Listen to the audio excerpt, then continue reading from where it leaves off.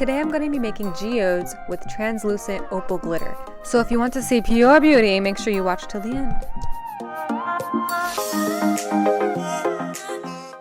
Before I even put resin in the molds, I like to spray them with alcohol to prevent bubbles from forming.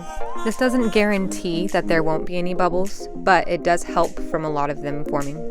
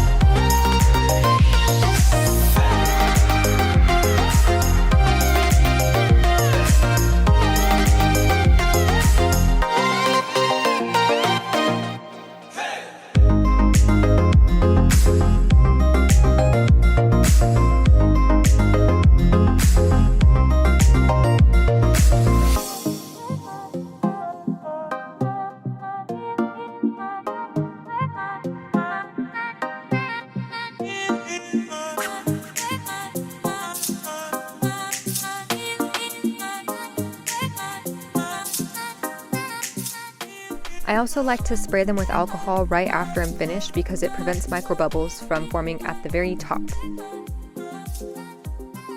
Oh my god, I love how these turned out. And I love how the glitter glistens and turns different colors in light. These little pieces work perfectly as earrings or as charms for the keychains.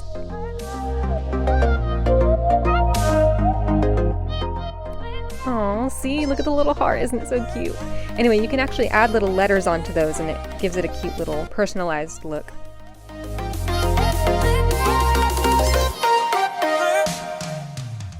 As you can see, I made little yarn macrame dangles to go with the keychains, and they turned out so cute and I love them. Next time I'd like to add pearl mica powder to give it more of an opal effect.